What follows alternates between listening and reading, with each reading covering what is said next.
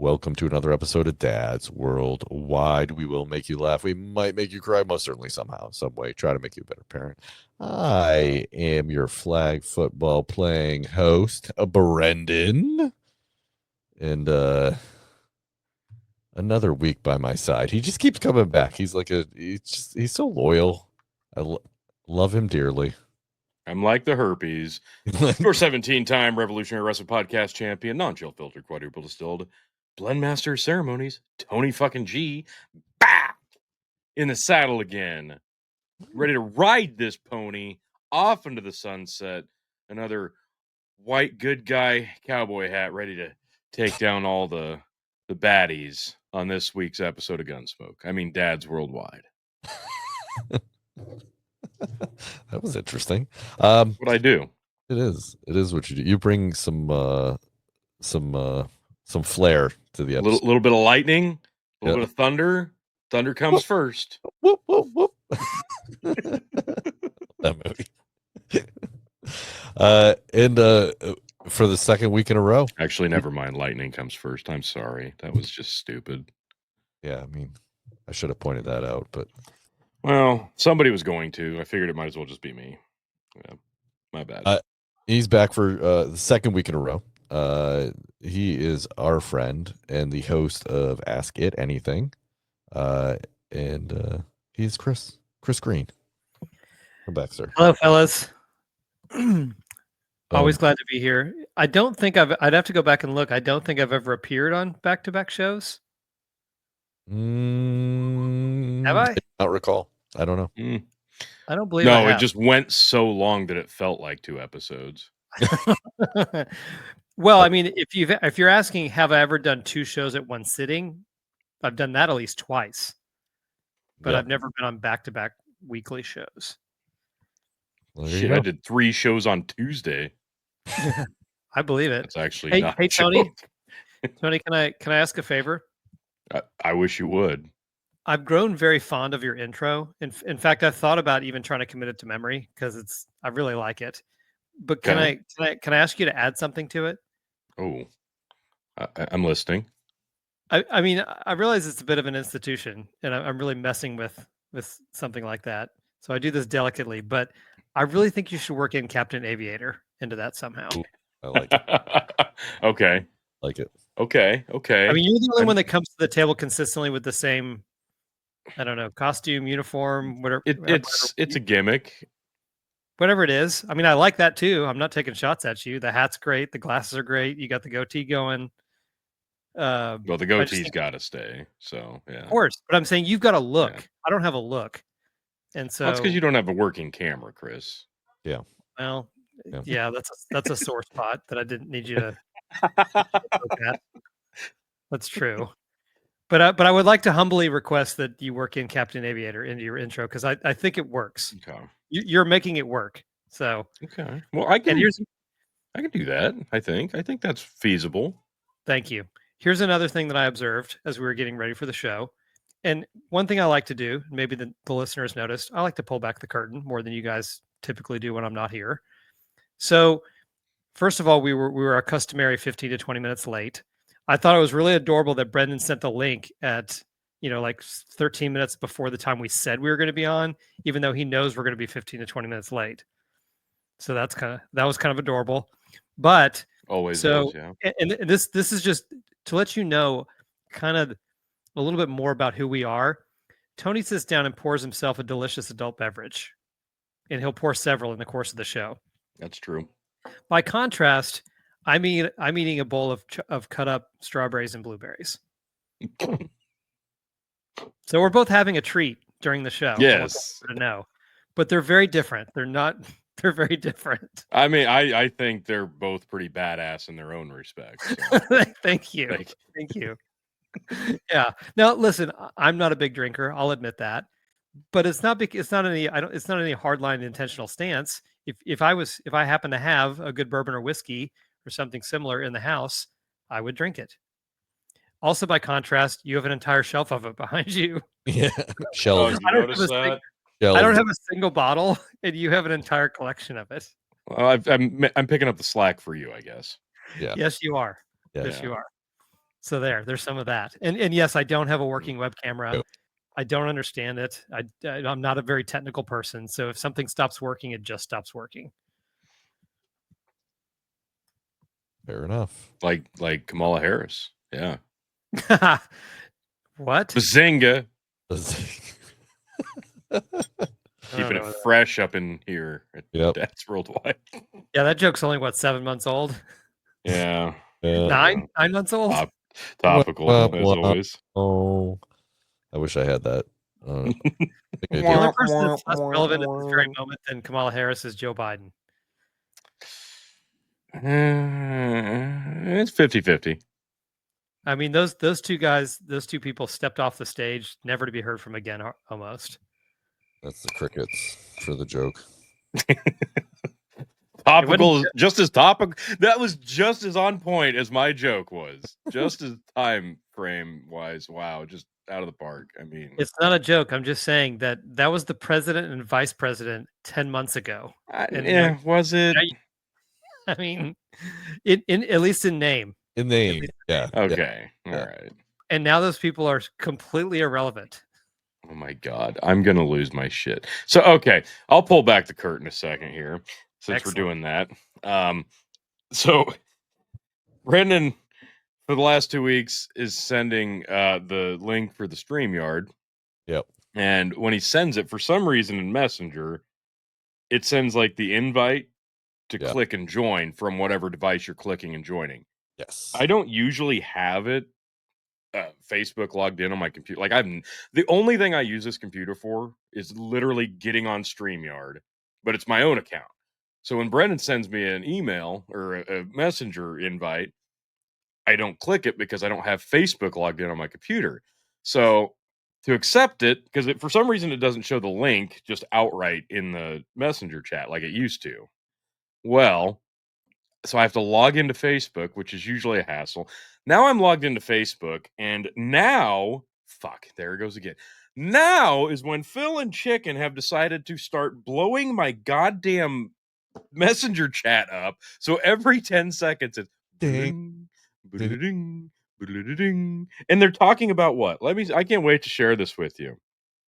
Oh, there's a picture of a room. It looks like it's got a fresh paint coat on it. Nice. Chicken's that's casting room. Oh wow, he's really kicking ass. Actually, this is beautiful. I'm gonna try. This is my archaic version of sharing it. This is his new bottle setup. Oh, actually gorgeous. I will give him credit. Wow. Actually, I'm glad I clicked on that. Usually they're talking about farming. So, yeah. Or they're yelling at each other. Or they're yelling at each other. So this is that's the concept he's going with anyway. That's not like his doing yet, but that's what he's going to be building. So yeah, I'm kind of stoked for him, but at the same time, I don't want to see it right now. So I wish I could share that with you guys. All right, so I just wanted to bitch. Email it to you from now on. Apparently, I don't know why it doesn't show up in the chat like it used to. Yeah, that's weird. I type it out. The reason my webcam doesn't work. Yeah, there you go. Oh, StreamYard is getting fancier for some reason. I don't know what they're doing. Well, it's to justify the stupid ass price hike. Yeah, it's pretty ridiculous. Yeah. Yeah. So, yeah. All right. Well, that's all we had time for tonight, folks. Thanks for coming. So I had some stragglers in my yard. You have more? Oh yeah. Oh, I got a lot. Yeah. So fine. We go away on vacation, come back, and things have moved in. One of those things destroyed an apple tree, like the whole effing tree. There was probably about 20 apples on it when we left. And now there's 2 branches left on the tree.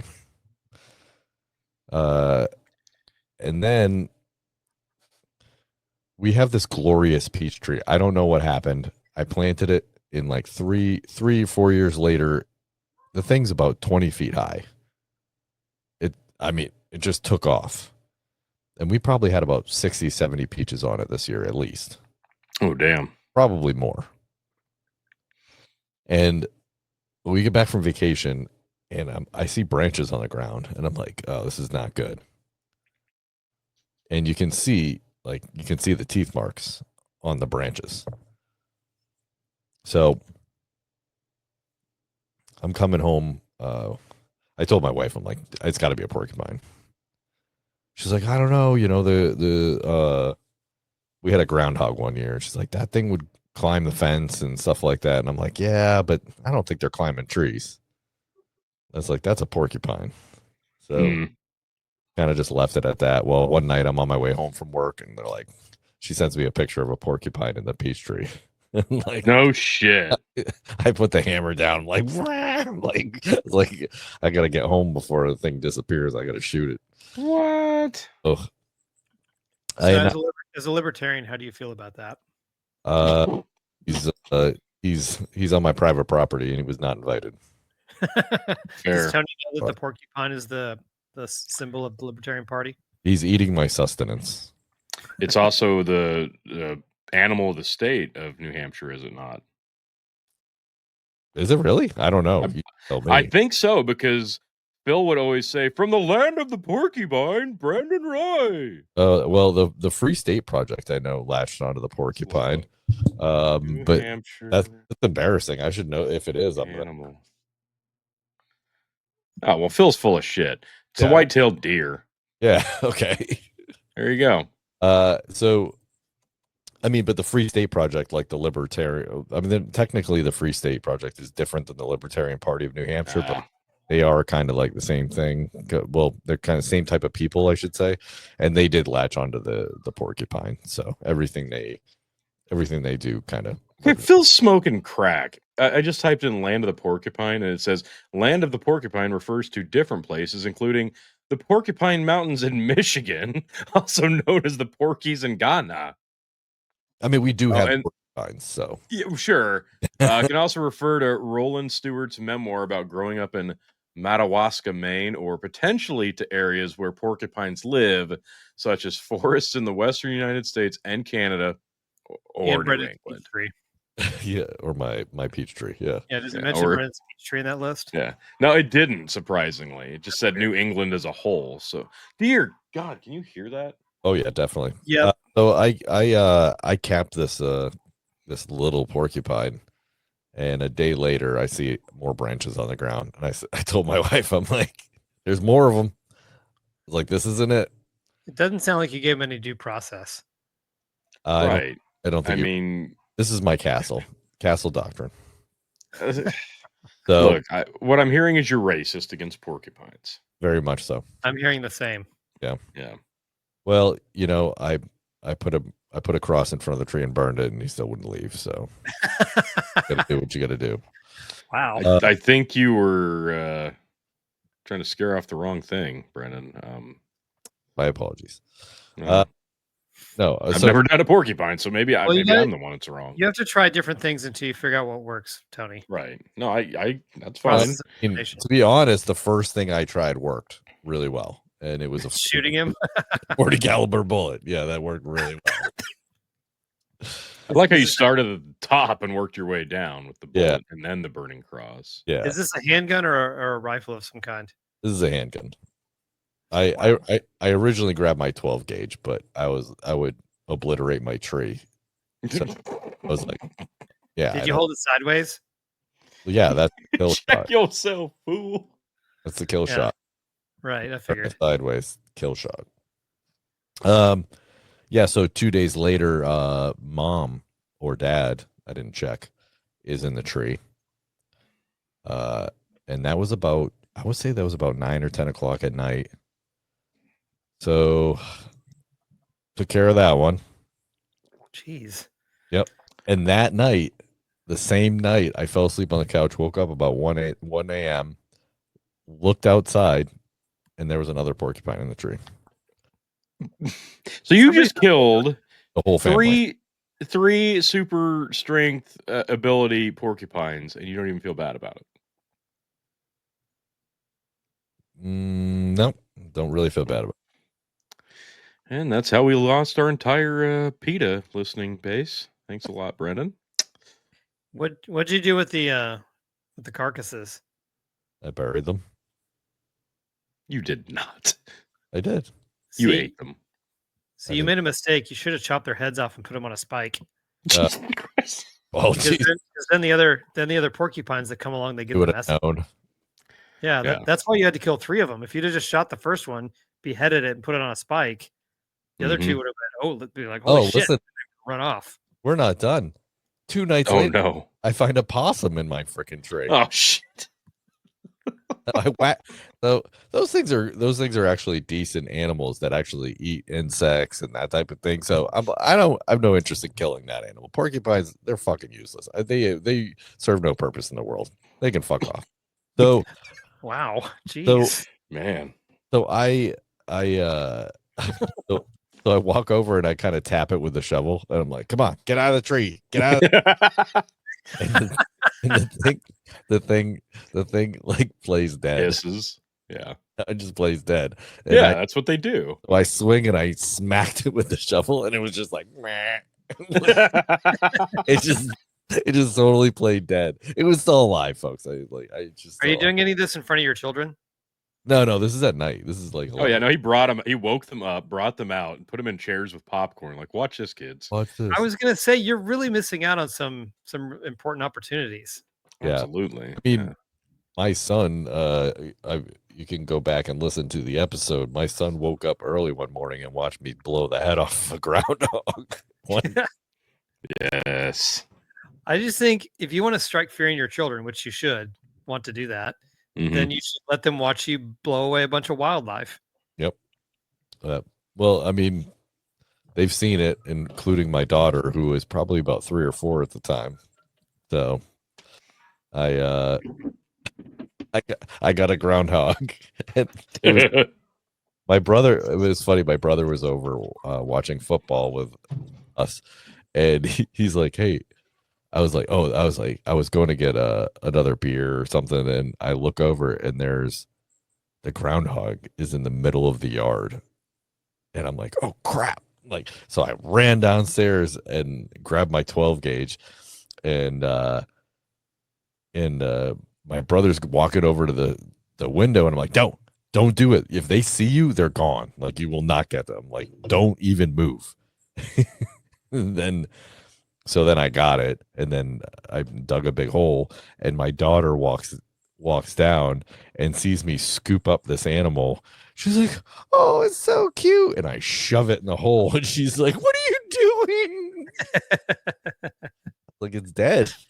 Why'd you blow away the groundhog? Because it's eating my garden. Oh my gosh. I want to eat my garden. You don't get to eat my garden. Ask permission first. Man, you are you're just on a constant murderous rampage of all the wildlife around your house. Yeah, I probably should start eating these animals or something. I was gonna say, yeah, you kind of owe it back to nature to like properly utilize your newfound hunting abilities. I promise Mother Nature I will start eating these animals, except porcupines. Fuck the porcupines. I can't believe you're going through the trouble of digging all these holes. Yeah. You have to. You're going to run out. Coyotes will come get the carcasses if you don't. Then just leave it out. Yeah, so what's wrong with that? I don't want coyotes in my Then you can shoot a coyote. Right. Exactly. Thank you, Tony. Yeah, I don't want to. I don't want to shoot a coyote. Yeah, why not? I don't purposely bring animals to my yard. Like, they just show up. I don't. Yeah, and they would just be showing up. Exactly. Listen, that's why I want to get chickens, because then the bear will show up, and I wouldn't mind shooting a bear. Okay, see, now you are asking for it. Right. Totally contradicting. I don't have chickens, and I'm not getting chickens. But if I did, well, it sounds like you've got a plan. No, but so one of our friends, one of my wife's friends, I don't know them, but she said that they had a bear on their Ring camera, and it ate one of their chickens on camera. Oh my God. It ripped it apart in camera. Oh my God. Did they save that video? I was like, yeah. I was like, hey, if they want help, I was like, I'd love to get that bear. That's a nuisance animal in New Hampshire. If there's a nuisance animal, you can kill it. I was like, we'll share the meat. I was like, apparently, I was like, if your husband doesn't hunt, if he does, like, I would just say, just go kill it. Yeah, she's like, oh no, he hunts, he can get it. That's fine. Yeah, I was like, all right. Like, Damn it. damn it. I was like, oh, bear meat can be pretty good. Depends on how it's cooked up. So, but Hey, Brendan, I'm pretty sure you're my most murderous friend. Yeah, for sure. Just wow. I don't know nobody that I know right now that's in my circle murders as much as you do. It sounds like self-defense to me. yeah, I mean, I did say he's coming right at me before I Yeah. shot him. Exactly. Oh, well, okay. But I mean, still, you've got more tallies on the board than anybody that I know. I'm good with my kill shots. Yeah, I mean, clearly. Yeah, and I use my handgun every time on that one. So, yeah, that 1 a.m. one, or the one at like 10, 11 o'clock at night. My wife's like, she's like, yeah, the neighbor's gonna call the cops. I'm like, Oh yeah. okay, like how are they gonna know it's me? Like, good luck. Yeah, you're discharging firearms late at night. Yep. Have you guys heard of the Byrna gun? No. No. I think you guys might be curious about that. BYRNA, Byrna. I just learned about them this past week. Oh yeah. Not familiar. Mm-hmm. So what's so special about it? It's non-lethal. Oh. Basically, if you want to shoot somebody, or if you want to scare someone with a gun, but you don't want to kill them, Byrna. That sounds like that could be a bad idea, in a way. I don't know. Yeah. Homicide rates will go down. That's a good thing. Yeah. Yeah, but I mean, like, okay, let's see here. We got compact launcher. Oh God. There's no pictures. Oh, here we go. Okay, here we go. Oh, so it shoots projectiles. Yeah. It does shoot projectiles, but you can also get rounds. A lot of people put alternate rounds inside the chamber, so they'll put an actual projectile alternating with like a little tear gas penalty. Not tear gas. What's it called? Like a pepper spray. Pepper balls. Deal. Pepper balls. Yeah. Yeah. So like you can stun them with the projectile, and then the next round that you unload. So like if you unload 3 shots at them, you'll unload a projectile, and the second one is the tear gas pepper spray, and then the third one is another projectile if necessary. So at this point, they've got burning skin, and you've just shot them with two projectiles. Listen, I'm not gonna lie to you. If I'm gonna spend $400 on a gun, it's gonna shoot bullets. Well, it's just about if you want to shoot somebody, but you don't want to kill them. Yeah. I mean, if you're aiming a gun at somebody. I mean, porcupines are probably pretty susceptible to pepper spray, so this could work. I'm not trying to I'm not trying to talk Brendan out of his murder spree with all the wildlife around his house. I'm just bringing it up because I just learned about this and I thought it was an interesting product. Very interesting. I've never heard of a non-lethal handgun that can kind of accomplish the same thing if you're not trying to kill someone. Well, next time I rob a gas station, I'll take a Byrna and we'll see how it goes, I guess. Yeah. I mean, I think most of the people buying them are buying them for self-defense. Oh, I would think. It probably freaks some people out carrying a actual handgun. Right. So people that are hesitant about that now have a non-lethal option. Yep. Well, if your kid, your kids are able to get a hold of it, it's much better they get a hold of that than. That's the other thing. Yeah. But if you're dumb enough to leave a gun out, yeah, okay. Well, hang on a second on that point, because I always had a question. So let's say that you've got guns in the house for self-defense. Yep. and I live in a big city, and I still don't think there's much of a likelihood that someone's going to break into my house. I mean, I've lived here for 40 plus years, 45 years, something. I don't think there's much of a chance that anybody's going to break into my house. I've lived in several different places. It's never happened. I don't know anybody that's had their house broken into. However, if you have guns in your house and you're saying it's for self-defense, but then you have kids, so you have to lock up your guns, How is the gun worth anything to you? It is not. Right. So what's the point? Some people collect. But I'm saying if you specifically have, say, a handgun for I self-defense in your house. Well, there are some safes or lock boxes that you can keep in your nightstand and get to them fairly quickly. All right, but somebody breaks in your house and you got to come out of a dead sleep. Listen, I'm not saying it's ideal, and I mean, even if you breaking out of a dead sleep, the idea that if someone's rushing into your bedroom, the idea that you might get it out of the nightstand in time, I don't It's know. not going to happen. Probably not going to happen. Yeah. So Right.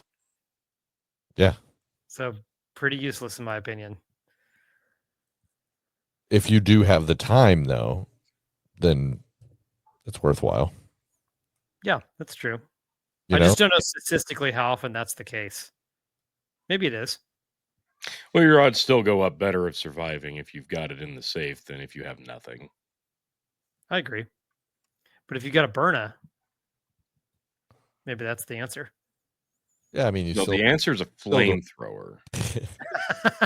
you still don't want your kid taking a projectile to the eyeball. You know, that probably would still. Probably not. It's 400 No, but feet it's a second with a projectile. I'm telling you that goes in the eyeball. yeah, but if a bullet goes in their eyeball, you blow their head off and they're dead. Yeah, if Yeah, Brendan was already interested in buying a gun. You don't have to sell him anymore. I'm saying that, like this gun, one of the guns right here is 400 feet per second. If a kid pops himself with a projectile in the eyeball, that's not a small, you know, I mean, like they could die. You know what I mean? That's not. Yeah, you take that shit point blank, like that's gonna fuck you up. Yeah, that could be really bad. But that's I don't know. Maybe it would work with the animals, but you know, who's to say? They're dumb. They might come back. But Oh no, I'm not advocating it for your specific situation. yeah, I want you to continue murdering all the wildlife that comes through your yard. I literally. I mean, I've killed probably at least a half dozen porcupines since I've lived in this house. Please. No, I want you to keep your body count rolling.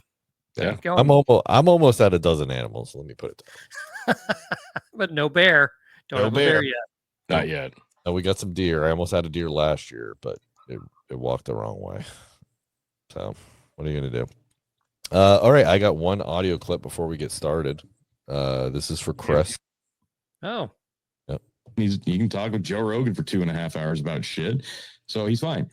I don't know. In the last couple weeks, I'm seeing it. Like, I don't know if it's a mental decline, but I think he's frazzled. I think he's. I'm gonna agree. I'm gonna agree with you in terms of his mental clarity, but I think he's on edge for sure. I'm gonna agree. He's all with it. He doesn't seem like he's all there. No, there's been interviews. It was the presser I sent the other day to all you guys where they tried to ask him a question about detainees and how long they could be expected to be there. And he went off about, I love visiting Miami. I'll be there as many times as I can for as long as I can. Like, what? That's not what question. I don't know. There's been some weird instances where it doesn't seem like he's all there. And that was it. okay. So you're saying that's evidence of what now? Well, Him being frazzled. At the end of the last episode, you said that that episode that we did, we questioned Trump's clarity and also whether or not he was the worst president, which technically we didn't say that in the episode. That was just the title. Right. So that was all me. But Yeah. that was the clip of Tony and I questioning the president's clarity, I guess. And let me preface this with we have very much questioned his mental clarity before, and I'm specifically talking about when he was still running against Joe Biden before they had their debate, before he went on Rogan. It was we talked about it, and like I don't know, he seems a little off. And then he did the Rogan interview, and there was the debate, and after that, I'm like, well, no, never mind. Like completely disagree with what I thought before, because now he seems just as sharp as he's always been in terms of handling politics and debates and whatnot. So this isn't the first time we've questioned it. So that makes me wonder, if we're questioning it again, is this just he just has a bad week every few months? I don't know. Could it be that simple? Maybe. But I guess what exactly were we talking about? Yeah, because I remember that where he did the response to that question, Well, and you that she literally asked, what and you his answer was terrible. what you just said is literally what you said right before that clip. So like Okay, absolutely like almost like verbatim. Okay, almost verbatim. So uh we that week, and I can't remember specifically what the clip was, where he was just he was mid sentence and he would stop and be like, "Oh God, what am I talking about?" Like he literally did that. So that's where I was agreeing with you out there. That week seemed really bad for him. Um, I can't say in the last couple weeks that I've been paying, like probably the last 3 weeks that I've been paying attention to the news yeah, that hard, that I've been listening to him speak. So I don't know. I don't know if it's gotten worse. I don't know if it was just a one off, but it really did at that point that week. It was just like, what the hell is this guy talking about? What is he doing? So I stand by what I said there, and because that's how I felt at the time. And is he better? I don't know. Chris, what do you think? You were uh I'm not gonna say you didn't agree with us, but I think you might not have agreed with us. I think the assertion's absolutely absurd. Okay. It's completely absurd. You're everybody's hypersensitive to this issue because for several years we saw an avalanche, just overwhelming evidence of Joe Biden. And then we saw Mitch McConnell freeze up 2 or 3 times. Like Yeah. we've seen really really dramatic examples. And for Biden, it's just Biden was never. I mean, he's been on mental decline for probably the better part of 7 or 8 years. And so I think everyone's a little hypersensitive to that as an issue, but I don't see any general evidence. I mean, if he gives an answer to a question, or if, I don't know, he stumbles a time or two, I just think everybody's oversensitive to that issue. I don't see any evidence that there's any kind of issue. In fact, he just did he did just had like a full medical examination, including what Joe Biden refused to do, which was a mental competency test, and he passed it just fine. Yeah, but sure he did. Joe Biden passed all his physicals too, man. So like, I don't know, like Yeah. those doctors and No, reports. he never. Lie. Joe Biden didn't take a single mental competency test, not Yeah. one. Well, he did if you ask him. Yeah. No, No, he, but actually, he never reported that he did. He refused yeah, to take it. but listen, the doctor that was the doctor that was actually giving Joe Biden the physical had to know that he was not all there. You know what I mean? Come on. Like, Everyone knew that Joe Biden wasn't there. Like of that. course, that's what I'm what saying. Those doctors will lie. So whether or not Trump, Okay, but Joe Biden was also known for only working 10 a.m. to 4 p.m. Do you guys have? I think you guys have an idea of the kind of schedule that Donald Trump has kept. yeah, I mean, Yeah, he golfs a lot. golf's a No, he lot. doesn't. You guys are ridiculous. McDonald's, There's so many McDonald's. more relevant.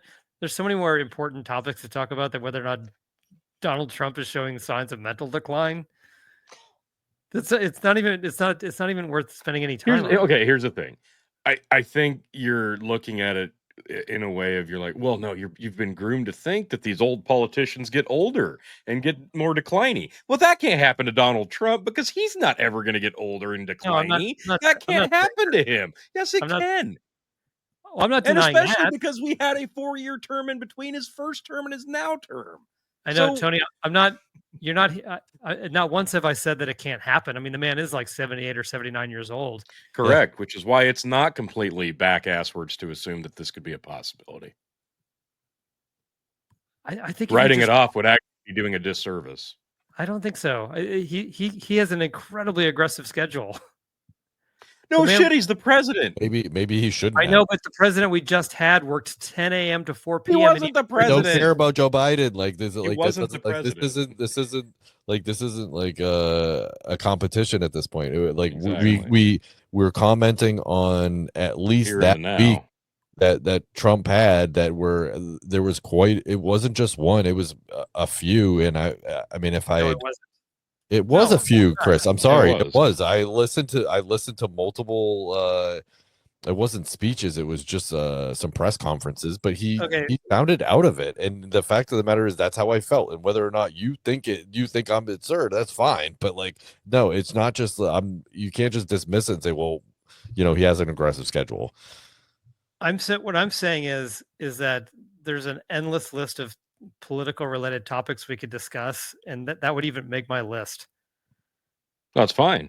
But at the same time, if there's something affecting him, that's going to affect his rigorous schedule that you just pointed to. And it could be as simple as he had a fucking cold and he was hopped up on Sudafed. It could be that simple, but it's still going to impact his aggressive schedule that you just made a point to point out. So maybe it's not Alzheimer's, maybe it's just the common cold. But regardless, when I have to take fucking Dayquil, severe pills couple times a day on my job, it definitely impacts my ability to do my job. I think you're more sick more often than he is. How the fuck would you know? Because you would see he's a very public person. So am I. I have like 19 fucking podcasts, Chris. but I'm saying you saw, so he had a bad week. Okay, so what? Oh, so now we did have a bad week, and you're ready to admit Well, that. I mean, the first for the purpose of moving on. Acceptance. There you go. I didn't witness any of the things that you're talking about, and I didn't hear anybody. Because you were turning a blind eye to it because it's not Joe Biden, which is totally fair. No, I listen to lots of podcasts that deal with these kind of things. I didn't hear anybody mention it, but I'll stipulate. Well, you should have listened to Donald Trump because there's the proof in the pudding. I'll listen. I'll see if I can find them. If I can find the clips, we'll listen to them. But I'll stipulate if you said there was a few instances during a week, fine, okay, great. And if he's bounced back, I don't know, because I'm with you, Brent. I've actually been fairly busy. I've not kept up on the news very much in the last couple of weeks. I did see. It looked like I think it was recent. It looks like he pretty much pantsed a fucking question during a presser, like just squashed him out like a bug, like true to his form. So it could have just been an off week for whatever reason. It could be. But again, we're talking to a guy that's coming up on 80 years old. And you know what? So is my mom.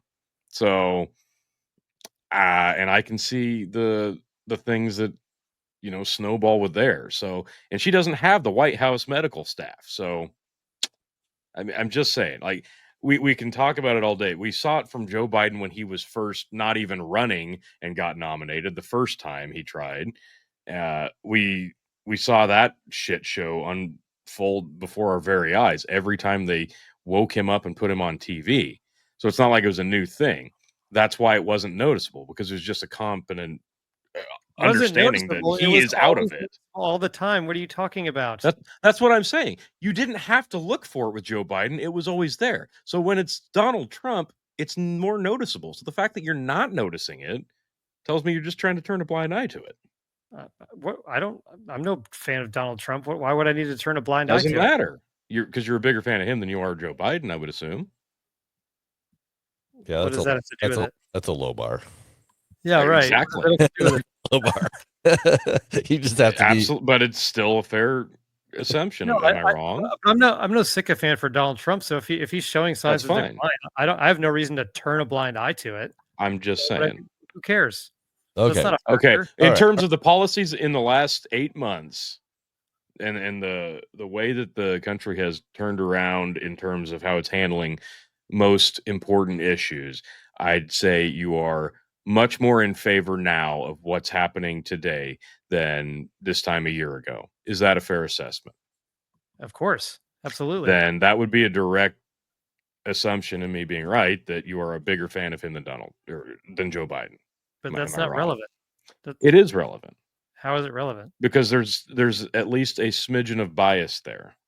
No, there's no bias. I like one man's policies versus the other man's policies. Okay, so That- you that just doesn't- brought that up the doesn't- fact that he has an aggressive schedule, and we had this small snippet of a discussion where we thought, wow, he just doesn't seem like himself here. What's going on? And you said, No, well, my- there's so much more important things because he has such a rigorous agenda. Well, again, I'm not. whether it's I'm a not big about- thing or a little thing, there was something. Just listen. Just listen. I'm not a Donald Trump defender. All I'm saying is you could talk about 100 different things, and this doesn't even make the list, in my opinion. Just Well, because listen, the reason I brought this up is because at the end of the last episode, this is one of the things that was, you said that we questioned his competency, and Tony was like, "Really? We did that?" So that's why I played it. And I think we can move on. I think we move on to football. okay, let's move on to Right. football. That was a then hard pivot. There's a Yeah. extremely hard pivot. Well, I Somebody mean, just yanked the wheel as hard as they possibly could. okay, listen, we're going in circles, right? Like at this point, it's just circles. So let's just move on. So, All right. but the reason I played that is because Chris, you said at the end of it that you questioned his whether or not he knew what the hell he was doing, and I guess Tony forgot that we questioned what the hell he was doing. So Fair enough. where'd he go? He's going to touch. Oh, there he is. Okay. My kid, it's the second time he's banged on the door. I gotta show you something. I'm like, it better be fucking good. I opened the door and he was throwing his ass back. Literally throwing it back. So Was he it? was telling the Open the door. truth. Yeah.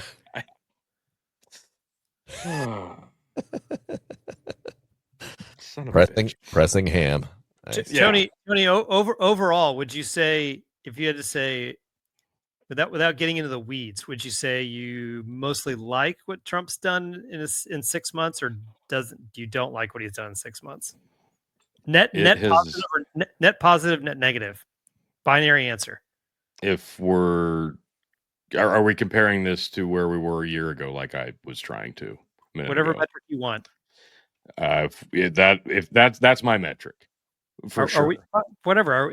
Where we stand today, is that a net? Is it a We're net way positive? better off today than we were a year ago. I absolutely believe that. Okay. But the thing is, my general perception of how he's doing is very bipolar, because every week it seems completely different, because we don't know which way the whole tariff thing could go. We don't know which way the fucking world war, whichever side could go, between this war or that war or whatever war we could potentially be starting. And the whole foreign unrest is very much up in the air week to week, and that worries the hell out of me. At least with the last administration, it was, yeah, we're funding this shit. We shouldn't be. It's fucking horrible, but we're not going in yet. Save that for round 2 if they sneak him back in. Thankfully, they didn't. So, what do you think about the 5 conflicts that he's resolved in the last 6 months? The 5 conflicts, huh? Yeah. 5 conflicts. Mm-hmm. What would those be? I'm glad you asked. You were waiting for me to. Let's see. Let me see if I can find him. I think You don't know them off the top of your head. They sound important. he actually said 7 at one point. 7? No, Yeah. I've heard him say as many as 6, and I couldn't Yeah. find a list of 6. Yeah. Okay, Well, so I think here's he was claiming India, Pakistan, and I don't think that. Yeah, I don't think he did that one. why. What do you mean why? Because both countries, like, he had nothing to do with it. Sure, he did.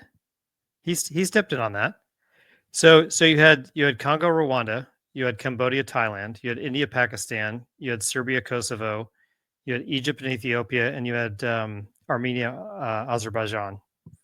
Could you have named any of those as being major conflicts before he brought them up?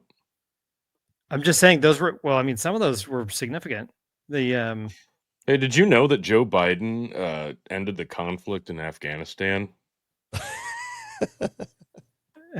Okay, I can't talk to you about this stuff. No, you can, and that's exactly the same thing. It's not the I same. was in office and I got our troops out of Afghanistan. Yay, Joe. No, that is not the same thing. It is the same thing. Okay. All right, Well, we can You move. can paint it. You can listen. paint it, however. We can move I on. mean, We can move come on. on. Is he? What, If he in the Congo, we're really gonna hang a banner for that one? I said we can move on. well, if he truly ended those or helped end those, then that's a good thing, right? Like That's that. great. I think we can Absolutely. I all don't know enough about it. like, yeah, we can all agree that's a good thing. Although India, Pakistan, I don't agree with it. The both countries basically said that Donald Trump had nothing to do with ending with the conflict. Like, so I don't like him claiming that. That's fine. Whatever. I don't care. That's In my the- in the initial long- reaction. Yeah, like whatever. That's fine. And all these other I don't like when he claims victories over stuff that he actually was. It's just because he was in office when it happened. Like, what did he actually do?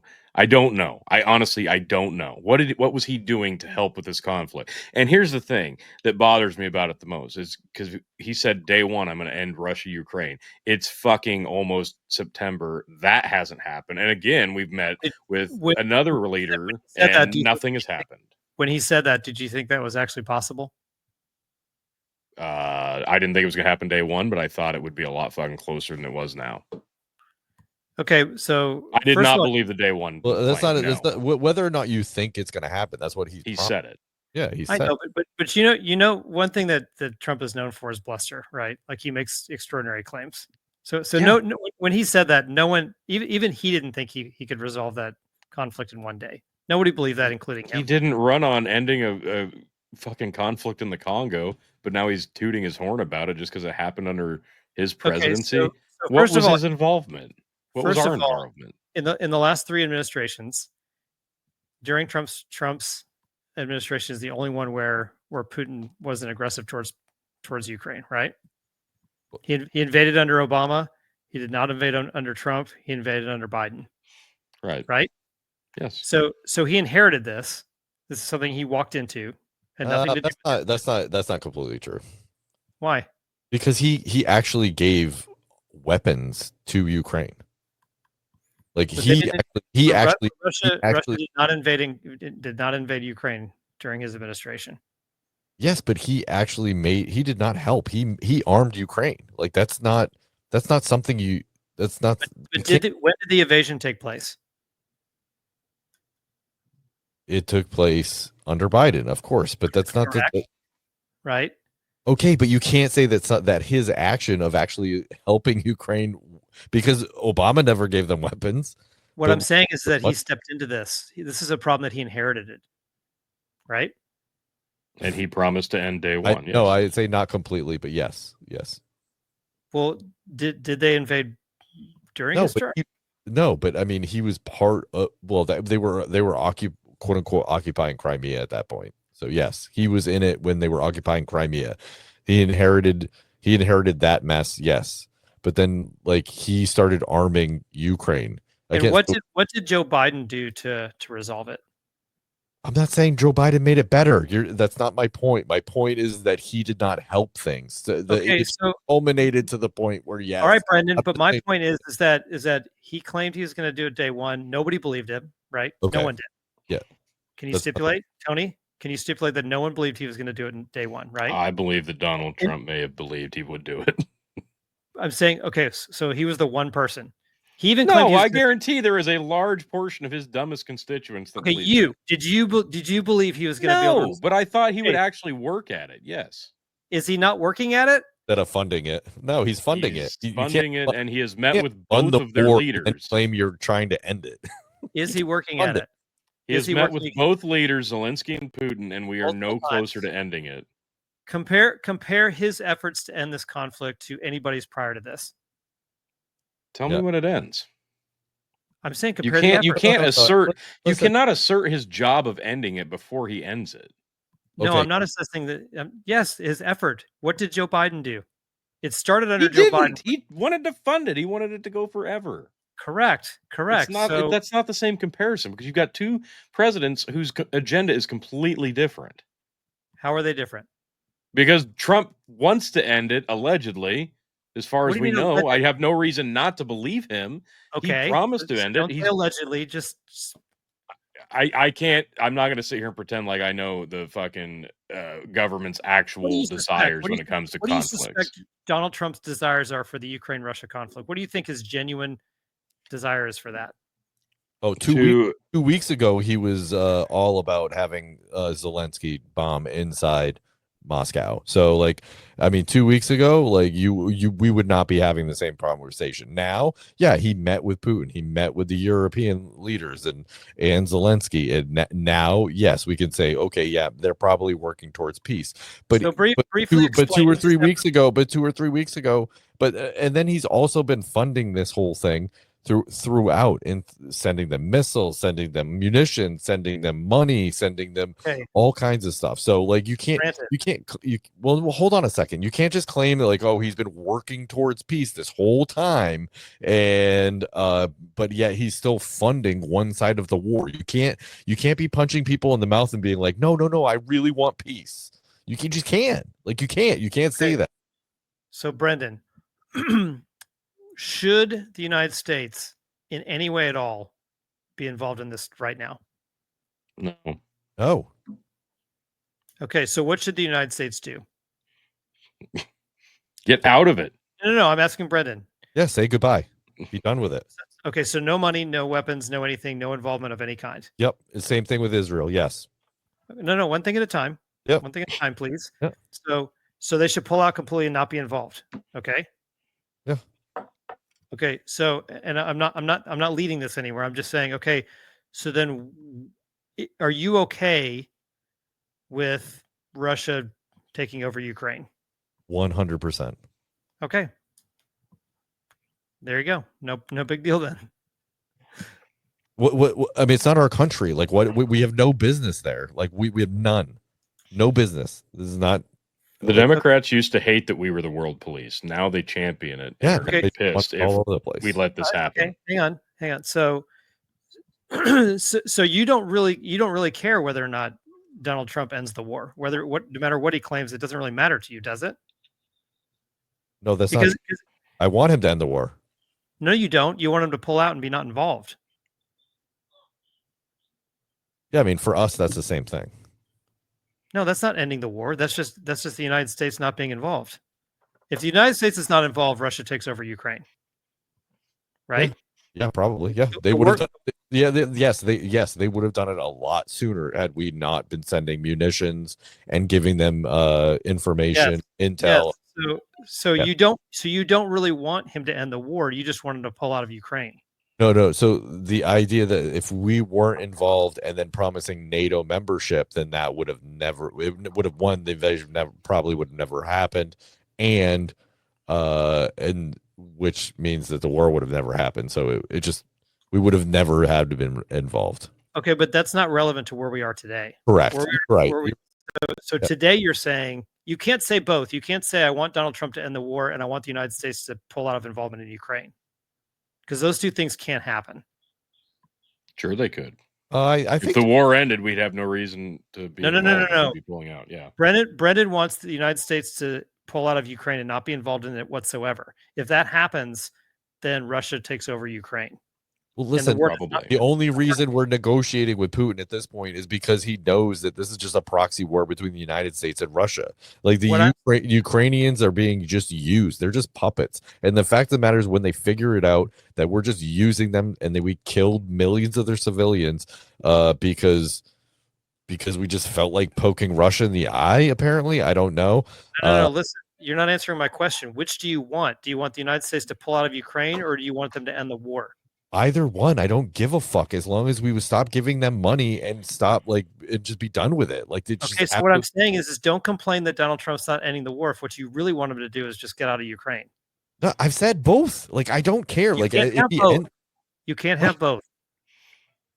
Sorry. He's not trying to have both. He's Excuse saying me, either would be or. fine. Either or will be fine. I really, honestly, either or would be fine. It's not a have my cake and eat it too. It's please pick one, because right now what we're doing is standing in front of the fucking buffet line, holding the whole thing up, watching two other people fight over the last chicken wing. Okay, so don't say both. The answer is either, right? You want either. Yes. You either want the United Either States to or. stop Yes. involved, Either. or you I would be happy with either. Yes. Okay, fine. That's That's an acceptable. I mean, I understand that answer. So therefore, one is going to take much, like you could pull out of Ukraine immediately.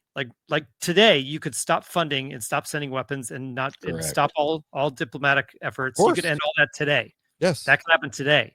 Yeah. Not going to, but yes. Great. I'm saying if you were advising Trump and you said, Trump, get out of Ukraine, and he would do what you said, he could do that right now immediately. That could happen immediately, right? Yeah. That takes no time at all. Yes. You just deliver the message, we're done here, and everybody's done. Yep. That happens immediately. So that's what you really want, because option number 2 takes much longer. Could take months, if not years. Maybe it takes years for the war to end. It's already taken months. Correct. And it could take much longer. So is it either? Are you okay with either? It beats forever war. I'd be much happier with the quicker one for sure. Yeah. Right. So there's no reason, at least in this conversation specifically, there's no reason to complain about Trump not ending the war fast enough, because that's not even what you want. Because truly stopping the war, because what he's discovered is Putin's a liar and he's completely dishonest. He's not going to do anything that he says he's going to do. That's what he's discovered. He's far more difficult. That's laughable coming from Trump, though. Like, because what Trump did to Iran is pretty devious, and pretty much he's a piece of shit liar too. Because one thing at a time. No. This is actually this is part of it. Because if you're saying that Putin's a liar and Trump just bombed someone that he had quote unquote peace negotiations going with, that's something.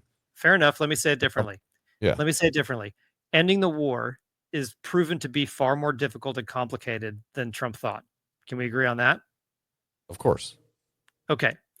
So we don't know how long it's going to take. It could take forever. However, if he had stopped money, stop munitions, stop weapons to Ukraine just for a little bit, they would have no choice but to come to an agreement.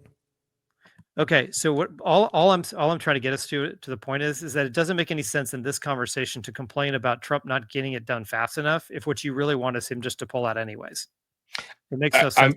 Can I just interject? I was going to end the war because option number 2 is going to take far longer. He did. He said no. The war. This is just griping over words, because I think anytime Brennan has said, I want Trump to end the war, I want the war to end, I think what Brennan's saying, I just want us to stop sending money and I want it to be over. I don't think it has anything to do about how it's happening. That's how I've always interpreted it. So if we're just debating over the terminology, I think that's pointless, because the point is Brennan is saying, I want us to stop funding this war, and I don't care how the outcome. But stop funding it and ending it is two completely different things. It's not, though. Like, I mean, if you take that money away from Ukraine, they have nothing. They have to go back to talking and being diplomatic with Russia. Like, they have no choice. But Putin's not going to be diplomatic with Ukraine. He would just take over.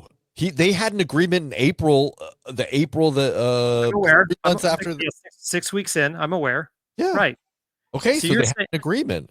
So you're suggesting that if the U.S. completely pulled out and was not involved at all in any way, that then Zelensky would come to the table with Putin, and between the two of them, they would come up with an agreement and end the war. That's what you think would happen. What other choice would he have? But I mean, you think that's what would happen? I don't know what would happen. We were just playing what if games here, but I'm saying is they actually had an agreement in 6 weeks in. They had an agreement. Okay, so why can't they come to another one?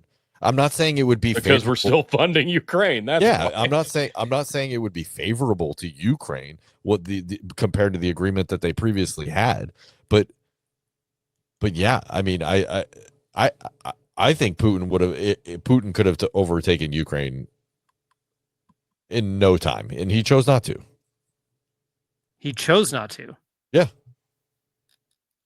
So you don't think it was because of the United States and Europe's involvement? No, I don't. It's because Putin decided not to take over the rest of Ukraine. What makes you think that?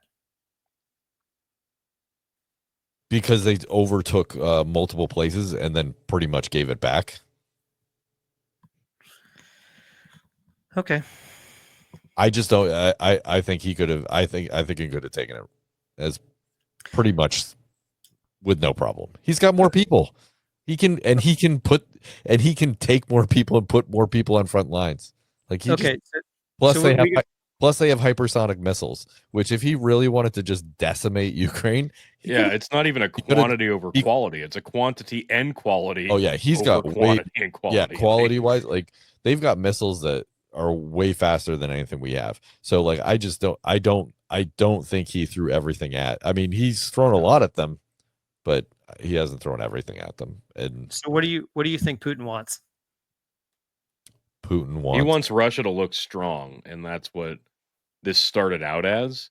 It was they looked strong at first, and then the longer this went, the worse off they looked. And then the more foreign aid came in from, Europe and the US, the more it made Ukraine look capable. And now maybe Russia didn't throw everything they had at them out of the gate, but then they started to not do as well as they thought they would, given the effort they were putting forth. And I think they kind of started to look weak. And at that point, it was already too late to have the flex. So at this point, it became more about what's the gain for both sides. And So what's the answer to the question? That what does Putin want? he what wants does Putin want now? he wants Yes. He wants Ukraine. no, he wants a neutral Ukraine. He Yeah, doesn't want NATO on his border, which Right. is pretty much an anti-Russian alliance. Correct. That's correct. That's it. That's it. That's all he ever asked for. Okay, so let's just Russia basically said everyone in Russia basically told NATO and everyone else that NATO Ukraine and with NATO membership is not going to happen. We will invade. In fact, what 2 or 3 weeks before they invaded, they were like they were just like, hey, they sent a whole a letter to NATO and said, listen, this is a red line for us. Please don't do this. We will invade. We will take over Ukraine. So like it's not like they were I'm not saying what they did is a good thing. Like war is not a good thing. I'm very much anti-war, but like you can look at that and understand. Like the Cuban missile crisis for us, for the United States. If say China starts doing military exercises with Mexico or Canada, or well they've already done it with Canada I think, but with Mexico and stuff like that, right? Like then they start saying, oh, you're going to come into an alliance with us, and then we're going to put bases in your country. Do you think the United States is going to be okay with that? No, absolutely not. Of course not. And of course, putting missiles in the country and saying like having within a couple hundred miles of Moscow, their capital, that's just stupid. Like of course they're not going to be okay with that. So they want a neutral Ukraine. Fill this in. Okay. Putin says, if you do this, I'll do that. What are those two things? Well, he said that he said that he wants a territory. What I don't. Nah, it's too hard for me to do. I can't do it. I don't know. What do you? He wants half the land so he can control what's. It's not even what's the land. He not. just wants certain oblasts that were already Yeah. considered Russian-speaking oblasts, and yeah, he just and for that, If you turn over this, I will pull out. We can reach an agreement. Like Okay, I think that's so he gets Donbass and Crimea, right? okay. Those are the two territories that have been discussed. Okay, there you go. There's four. Okay, let's just say four. We don't know the names of them. But okay, there's 4 territories. So he would say, I want these 4 territories. And then what else? Well, he's not giving up anything. They're winning. So No. up anything. No, I'm saying, okay, then he's willing to do what? And the conflict military on his end. Like he will stop invading, he will stop fighting, they'll cease fire. Call it that. I don't think that's enough. I think he also wants guarantees again that there won't be any NATO expansion anywhere in the East. Ukraine, Estonia, any of the Eastern Bloc countries. I mean, Brendan's right. He doesn't want NATO on his doorstep. Right. He doesn't want NATO in any adjacent country. He wants some sort of buffer. I'm surprised he didn't make a bigger deal about Finland and Sweden. and Sweden joining. Well, joining. there's time for that when Gavin Newsom's president. I think that was a provocative move, and I was very much against that. Yeah. He does not want NATO on his borders. I think it's because they're on the north and there's like nothing up there, so it's not that close to where. I understand, but so it's, like I get it. I get what you're saying. Yeah, it's still provocative. It's a very provocative move. There was no reason for Sweden and Finland to be in. Yeah, that was really surprising. Like I don't like why. There was no reason to do it. And they basically just did it to poke Putin. Yeah. Oh, for sure. Right. So yeah, of course, and and I think you're right. He's asking for a neutral Ukraine, which is basically there's no troops. The only army you can have is very small. You're not, you know what I mean? Like it's gonna be, and the security guarantees that they're asking for. Putin actually said, "Yeah, that's fine. We'll have troops too. You can." They're denying that. They're denying that they made those promises. Oh, really? Oh, Putin. Russia is denying that they agreed to that. Oh no, of course they don't want anyone's troops in that country. That's what makes it neutral. The fact that like the United States and Europe are not there. So what do you think about that Ukraine used to have nuclear weapons and they voluntarily gave them up? Did they really? Yes. I've never heard that. Not recently. In the past, there was some sort of thing the last time. I don't know if it was 2014 or one of the previous conflicts where Ukraine was asked to give up their nuclear weapons and they did it voluntarily. I can't believe that they had them. They had them. That's shocking to me. No, I never heard that. As part of some sort of agreement or guarantee, Ukraine gave up their nuclear weapons. Any country that gives up their nuclear weapons, they soon find themselves under the thumb of the United States. Okay, is that like Stephen Hawking saying I'm going to be celibate? Like, I'm just saying you don't have the ability anyway, but I'm not going to do it. Well, no, this is actually very prescient. Like, I mean, anyone who's given up their nuclear weapons has ended up dead. Right. Like a lot of people are arguing that not all the things we've already discussed withstanding, that a big reason why Russia was bold enough to invade Ukraine is because they knew that they weren't nuclear armed. I'm not sure Russia gives a shit because they actually have the largest arsenal of nuclear weapons in the world. So I'm not sure they care. Yeah.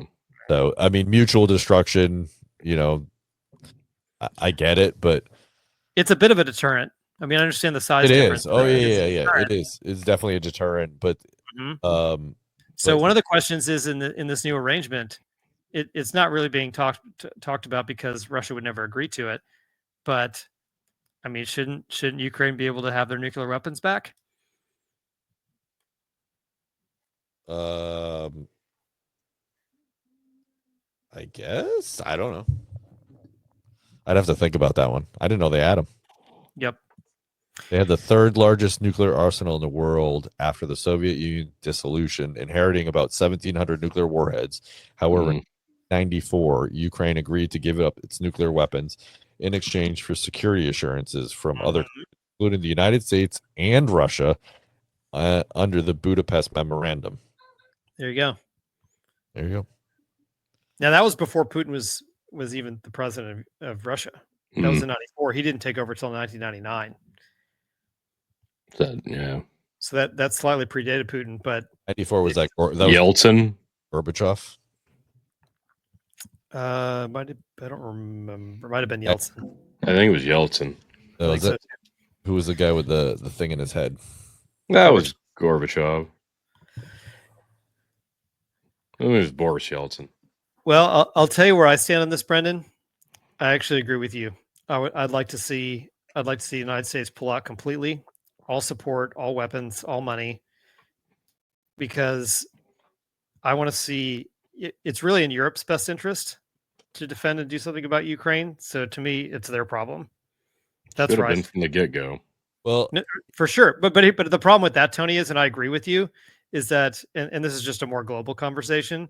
And Brett and I have talked about this, and I think all three of us are in agreement on this. The United States meddles in so many things all over the world that you can't really just say it's Europe's problem, because we're the ones that are usually going around the world starting problems. Yeah, exactly. Kicking So, the so you go provoke Russia, and then they invade Ukraine, and the United States, says, well, it's not my problem. It's over the, hey, Europe, you should take care of it. When we're the ones that set fire to that whole thing.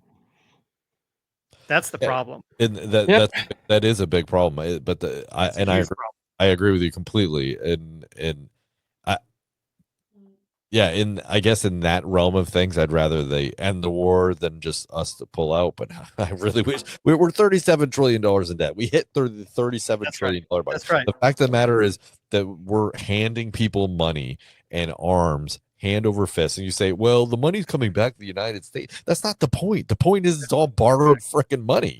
So the idea that like, oh, it's coming back, oh yay, so we borrowed ourselves to give it back to ourselves, like that's just stupid. Like, but I'm just saying, I'm in agreement with all of that, but I'm just saying it's more complicated because we're the one that started the fire, and now we're saying it's your problem to put it out. Oh yeah, our CIA in 2014 overthrew their Russia friendly correct with Yanukovych and installed their own little puppet there, and then eventually Zelensky took over, who was a big time puppet.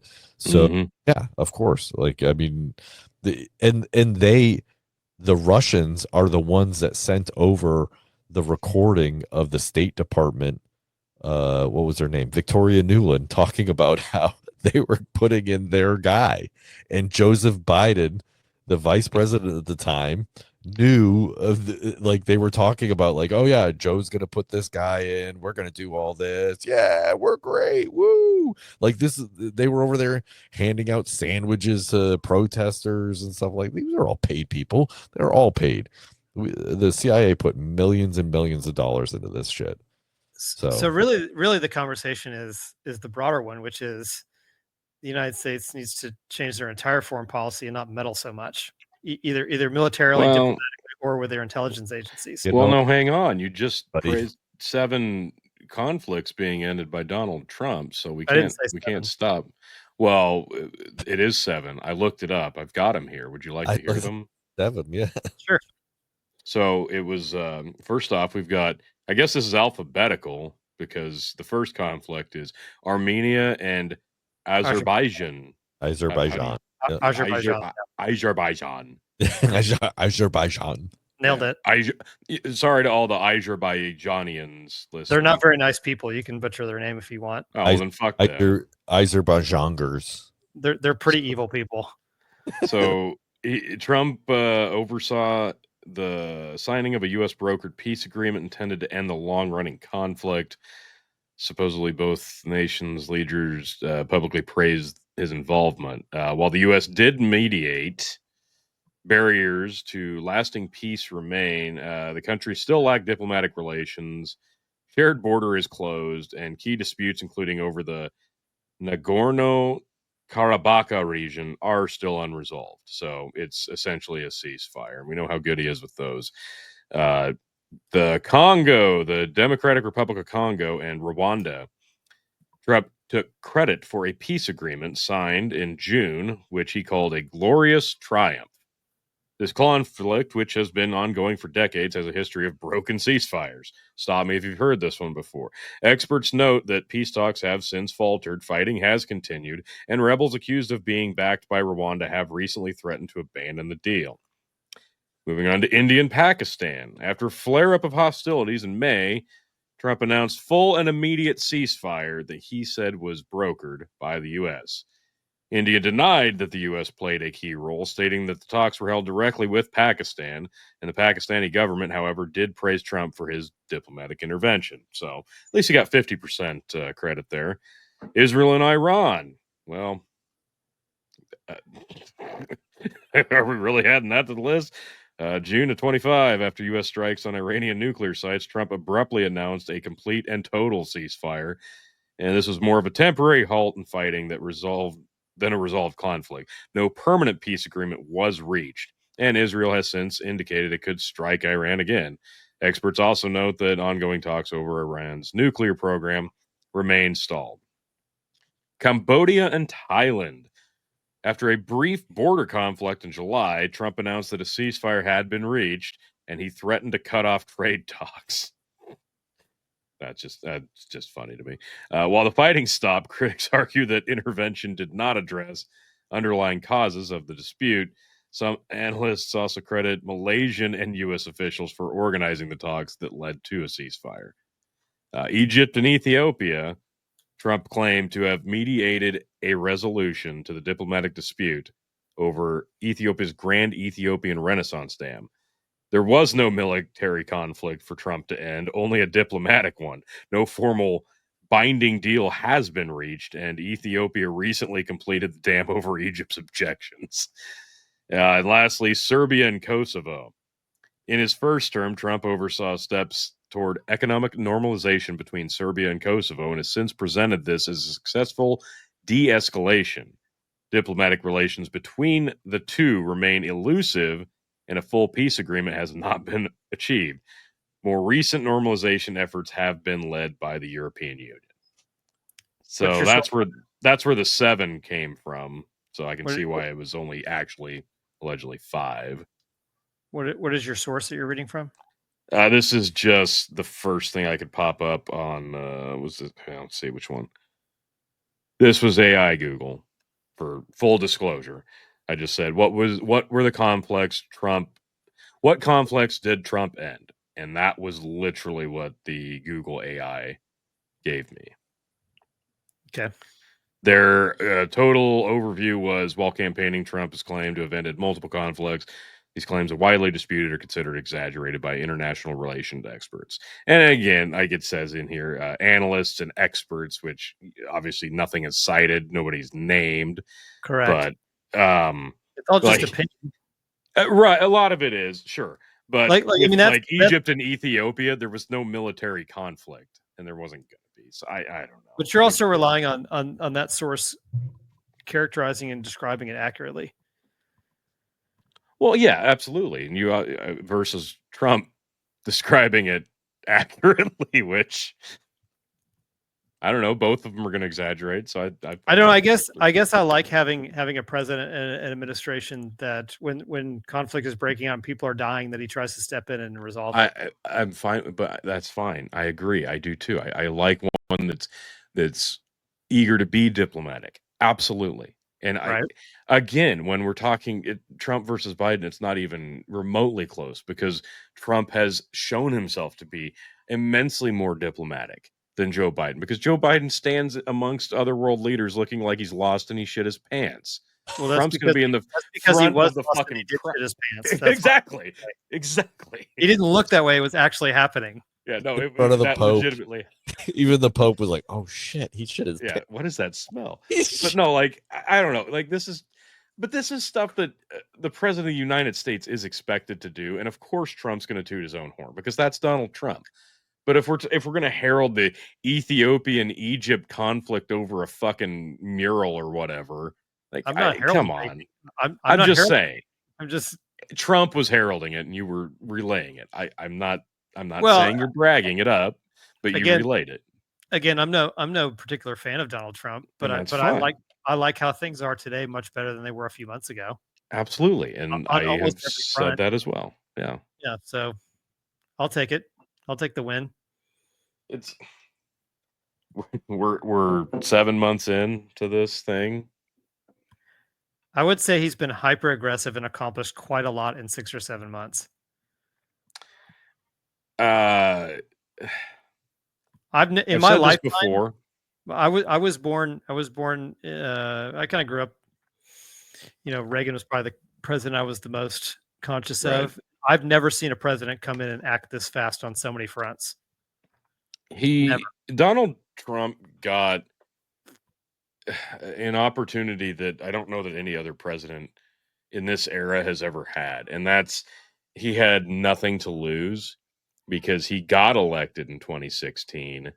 They managed to get him out from a consecutive term, and they somehow managed to do that while installing the worst possible alternative imaginable. So it was a foregone conclusion, essentially, that if he wanted it back, he could have it. Thank you, mail-in voting. Exactly. So he got that opportunity, and then when he got back in, it was, I have nothing to lose. they couldn't kill me, they couldn't keep me out, and now I'm pretty much untouchable at this point. And like we said, he's almost 80 fucking years old. There's not going to be a third term. Stop it, people. That's not happening. It's a joke. He's just trolling you. Stop it. So he has nothing to lose. And being aggressive and having a lot less of the woke ideology fighting against him now, because a lot of it's kind of dissolving, and you can see that. And even people going on the CNNs or MSNBC, actually it's not even that anymore, but I digress, going, well, things are better, things are turning around, maybe he wasn't wrong about this or that and this tariff deal. It's not a enlightenment moment. It's we've got to do something different because we can't stop him now. And that is a little bit. I disagree with everything you're saying. He is facing more opposition and more headwinds than any president in history. Are you kidding me? You're kidding me. He's facing it today in this term than he did in his first term and his re-election bid. Yes. That he lost. Yes. No, that's fucking ridiculous. They're fighting him at every turn. Ridiculous. I think Russia. Of course, they're fighting it. That's what they do. It's not like the fighting is going to stop. No, that's not what I'm saying. Oh no, Russiagate hamstrung him in his first term, like wholeheartedly. Yeah, and now that's even been openly discussed as being bullshit by both sides. He's facing just as much opposition in this term as he did in his first term. I don't know. I don't think so. No, come on. They're coming at him legally.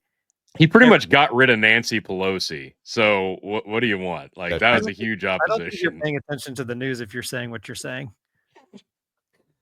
Sure. Yeah. That's why he's being so successfully aggressive and so successfully making all these moves that you're saying he's doing. But he's also doing it while having all this restriction. Even though he's got all three branches of the government. Give me a fucking break. Come on. He does not have the opposition that he did in his first term. He most certainly does. Yes, he does. I'm not saying he doesn't have opposition in this. Of course he does. I'm saying I don't agree necessarily that it's as bad as the first term. I don't think it is. Yeah, I agree 100%. Because Russiagate completely killed him. Like that, yeah. He couldn't do anything, including actually having good relations with Russia. Like, because that really hamstrung him. I agree, but the other reason why is because he didn't know how to put together a team and a staff. He was being undermined by his entire cabinet and staff the first term. So by coming back the second time, because he wasn't a politician, he didn't know what to do. That's correct.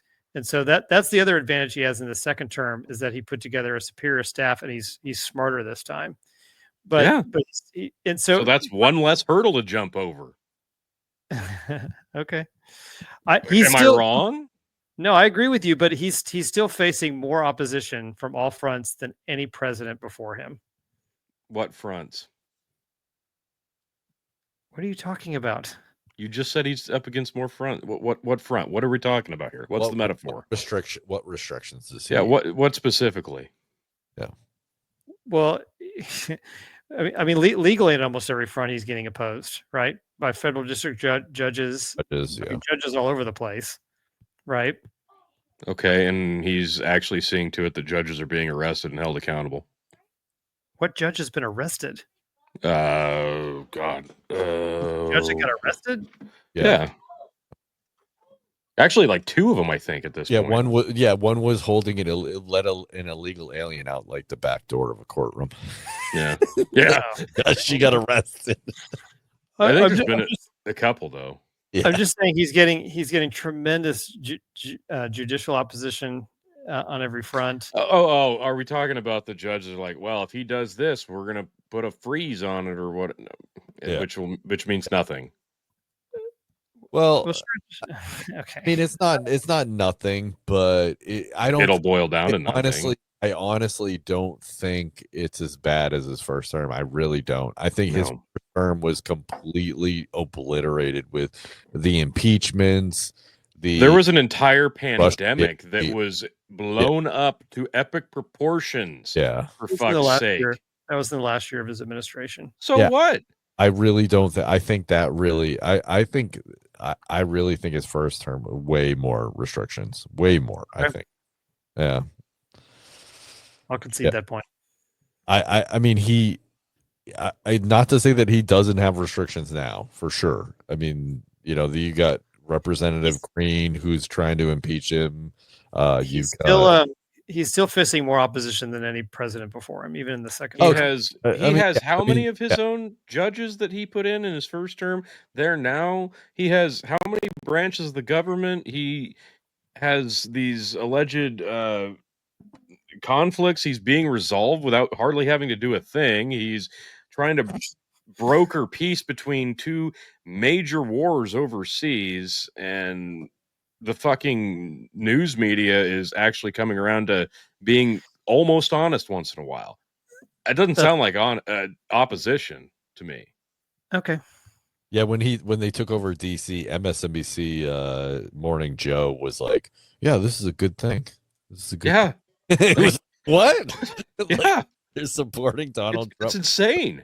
He went to kiss the ring as soon as he got elected. So, Yeah, there was a lot more bending over and saying, "Okay, Daddy, have your way with us," yeah. than there was in his first term, because the first term was all about, okay, lock and load, motherfuckers. We're going hard at this guy. And they went as hard as they could. And now I'm not saying they're not going to go as hard as they can, because they absolutely will, but they can't go as hard.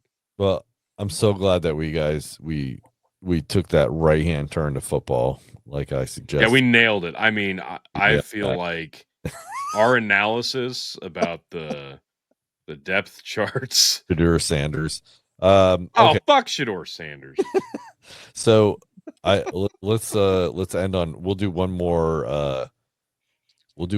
So I wrote down 4 things: Trump clarity, Doge, deportations, and the Israel war.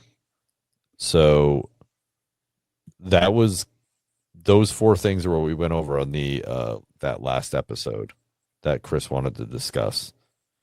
So I mean either so I think we kind of shit on Doge because, well, we didn't really shit on Doge. It was mostly just No, Doge didn't get to do what it wanted to do because I think right. really restricted, and I think they were really kept to Democrat pet projects.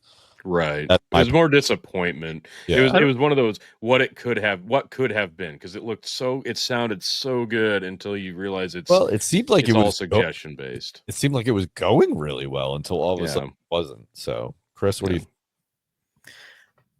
Well, I think what are the high level numbers? I think the federal budget for this year is something like 6.4 trillion or something. Does that sound right? And then we're Oh, actually, and we've got total revenues of like 2 trillion, less than that, something like 4.6 trillion, yeah, something like that. Yeah. And so Whatever made up number we want. Yeah. yeah, it doesn't matter. well, the point is that it was roughly a $2 trillion deficit, Mhm. budget deficit. Right. And Elon came in and said, I can make up $2 trillion. That was kind of Trumpian of him, but then he scaled it back and said, hey, I think I can find 1 trillion. And then 130 days later, because that's the restriction on a temporary government employee under which he was working, which you can renew, but basically as the 130 days approached, the bromance was over and he was Right. getting ready to leave. And it was something like, I don't know, 200 billion or whatever. It wasn't anywhere close to even 1 trillion. Right. But here's what this is a general comment that I want to make kind of on all of these topics. It's only been 7 months. I think you have to give Trump, I would give him high grades for his level of aggression and how quickly he's trying to get things done. I would give him an incomplete on judging how effective he's being, because he's 6 months into a 4-year term. Now, I believe that he's looking at it as an 18 to 24 month term, because you can't bank on being successful in the midterm elections. And if he loses the House and or Senate, then he's screwed. Everything will come to a screeching halt, and he might even be facing impeachments again. I mean, the whole game will change if he loses the House or the Senate. So he knows he's got a really short timeline to do a lot of aggressive things. But I think you have to give him an incomplete on all of these things. Now he talks big. He talks a big game. He makes these crazy claims. In reality, none of us believe him. So I'm going to give him an incomplete. But speaking about Doge specifically, I mean, it was all the rage for the first 90 days, 120 days, or whatever. It was a very high profile. They were getting tons of attention, a lot of backlash, a lot of pushback. But in reality, what's happening? The difference is just because it's not in the news doesn't mean it's not happening. Can we agree on that? Mhm. So what I'm saying is if you listen to interviews with different members of the cabinet or heads of different departments, it's still ongoing. It's just not being talked about as often as it is before. Like for example, you may have heard in the news this past week that that Tulsi Gabbard is going to save, what was it, 700? Is it 700 billion? He was cutting 50% of the staff. Yes, but I mean the number was huge. It was something like $700 billion. It's ridiculous. Yeah.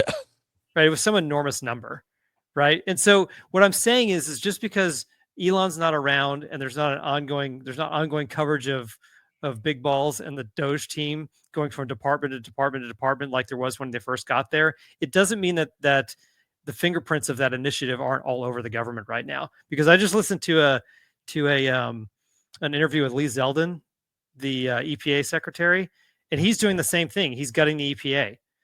They're still trying to dismantle the Department of Education. So it's still happening. He's still taking over parts of Department of Transportation. He's upgrading and changing the air traffic control system. Like there's all these things that are still happening. So it's not just cost cutting and laying people off and shrinking all these departments. It's also technological upgrades and these sorts of things. It's just not in the news every day. Now, are they ever going to get to 2 trillion? No. Are they ever going to make up for that $2 trillion deficit? I don't think so.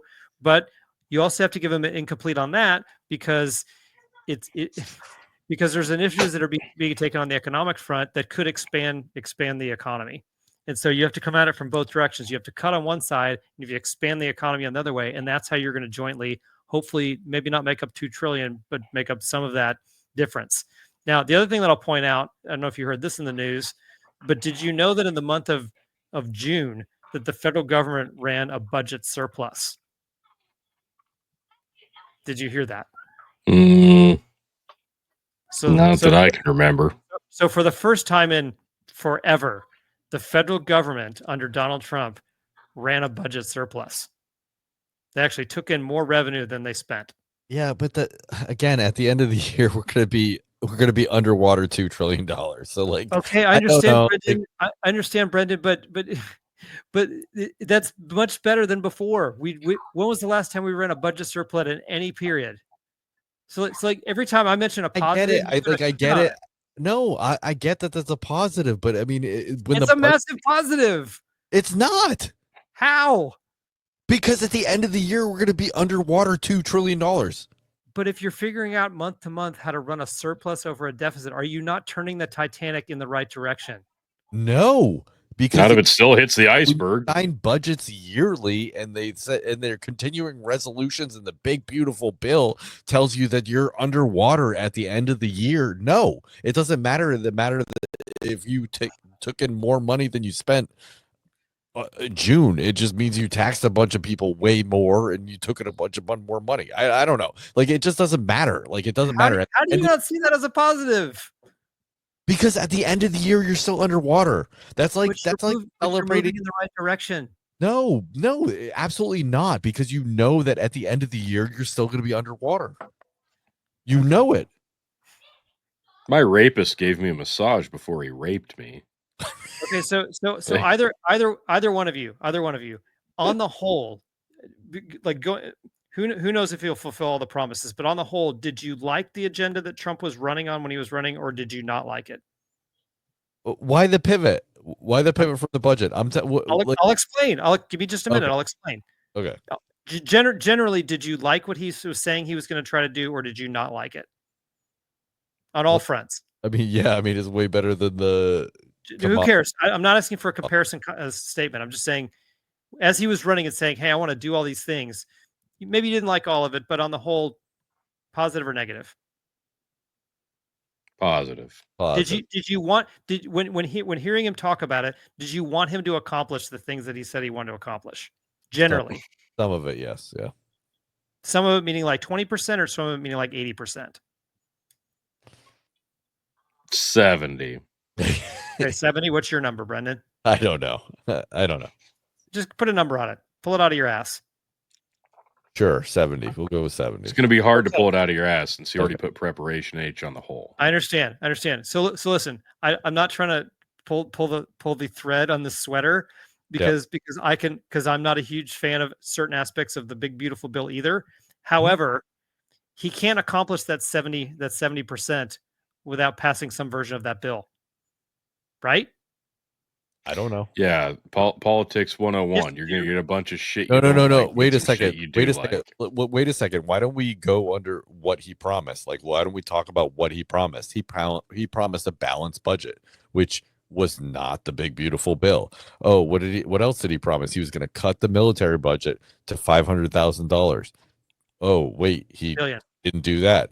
But what about the things he is doing that he said he was going to do? Well, cutting transgender Ethiopia funds. No. Yeah, like wait a second. I'm talking about the budget here. We're talking about spending money, and the fact that we took in a lot more money. I know. Okay, I'll just fast forward to my point. My point is that let's say he lists a bunch of things. You're like, okay, let's say there's 10 things. They're like, hey, I really like 7 of those things. I hope he really I want him to come into office and do those, at least 7 of those things. Yeah, that's how you have to, like, when you're looking at who you're going to vote for locally. That's kind of how you have to do it. I understand, but that shit costs money.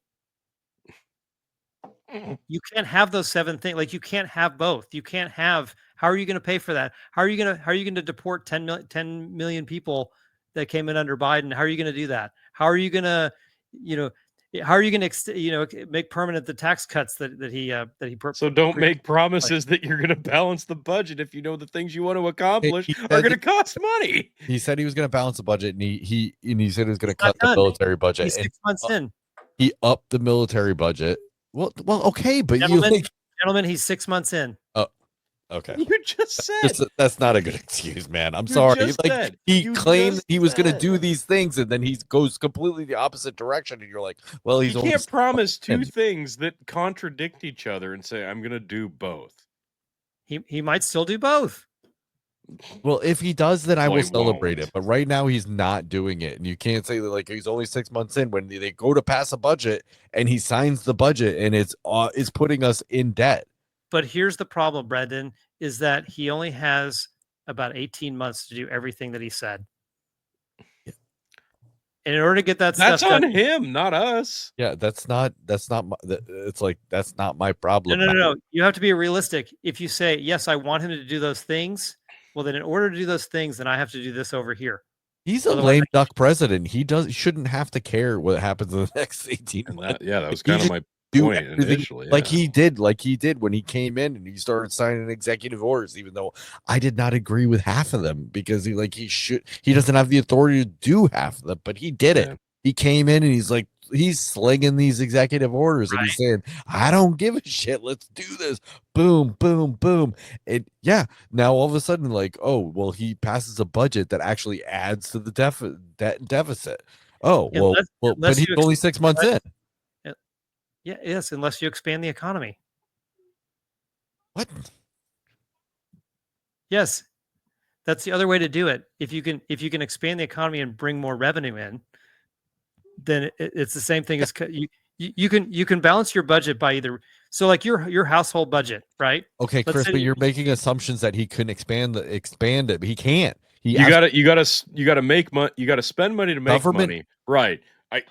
That's the hyperbole here. Government cannot do that. They're not good at that, and it happens all the time. Here's the thing, though. Prove it time and time again that they can't do it. The spend money to make money theory, that only works if it's going to work in the end. It's not. That absolutely is. Yes, it is. That's not what I'm describing. But that's what's happening. No, that's not my point. That's not the point that I'm making. It should be, because that's what's happening. It's not. That's not correct. It's not correct. It's that you guys are saying, You guys are saying I want him to do all these things, but I don't want him to have anything to pay for it. I want him to cut. Nobody said that. I want him to do things that weren't being done before, but I don't want to allocate any funds towards them. Right? Well, we cut a bunch of funding for a bunch of stuff, and you just said it's still happening with Doge. So where's that money going? Would you It's not rather going to my pocket? Okay, Tony, let me just ask you a question. Would you rather him which one of these is your priority? Is it to balance the budget or is it to do the things that you want him to do? Which do you prefer? Balance the budget. Yes, budget. Okay, well then he can't do any of the things that he said he was going to do. Okay, cool. So okay, now hang on. So the alternative to that is to do nothing, so we wouldn't spend any money. But he right? said he was going to do all of those things. Right. He might still. While balancing the budget, completely contradicting the promises. I'm just saying you but can't. no, here's the thing. No, you're saying to do these things, he has to spend money. Okay, so Correct. the alternative is do nothing. And you're telling me that if he did nothing, he still wouldn't be spending money. I'm not sure if I understand your point.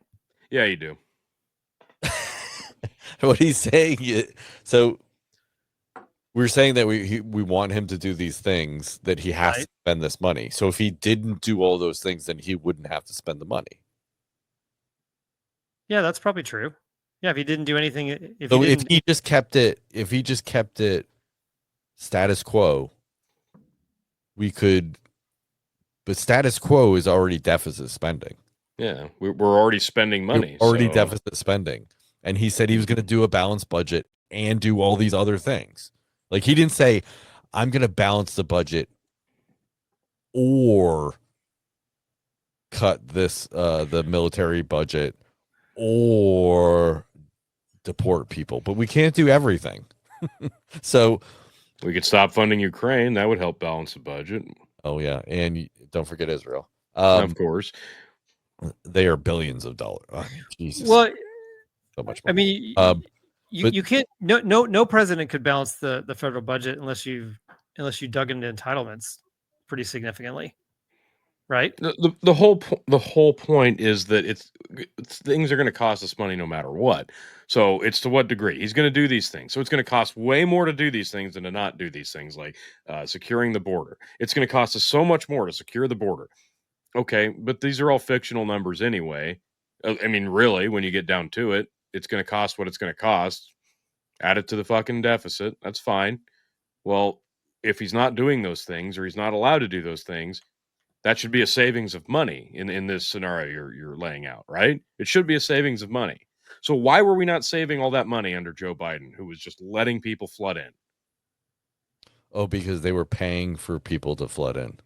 Oh, okay. There you go. So we could have just saved money by not doing these things. Then we should all be rich then. When they cut off that USAID money, that's what half those profits just folded shop. That's just my point. Like anything a president does, well, that's going to cost us money. Oh, okay.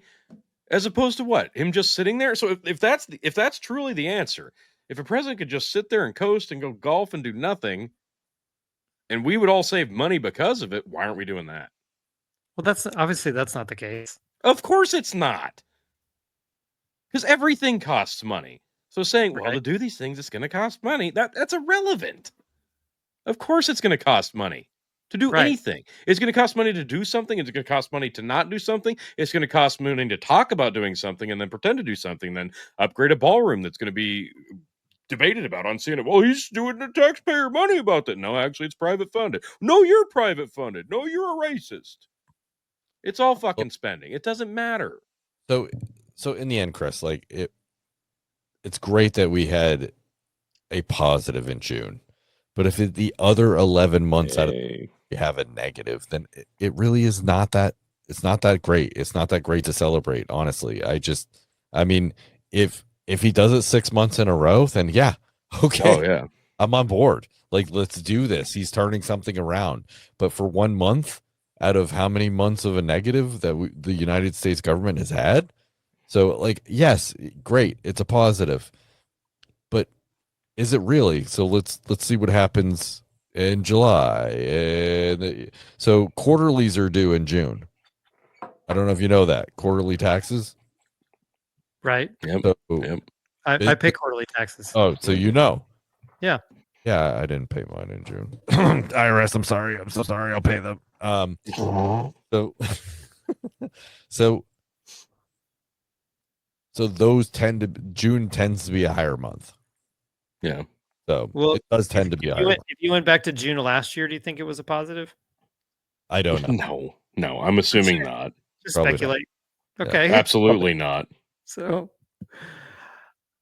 I think things Okay, but if again 1 month out of 11 or 20 or 30, like, okay, great, we can say, hey, that's a good thing, but let's see what happens in he's the only next been in office month. for 7 months. Actually, it'd be a complete contradiction because if last June it wasn't a positive and we were letting people flood across the border, just for an example, but this time we're not, this June we're not, but it costs us money to stop that. That's a contradiction to say the things he's doing is costing us money.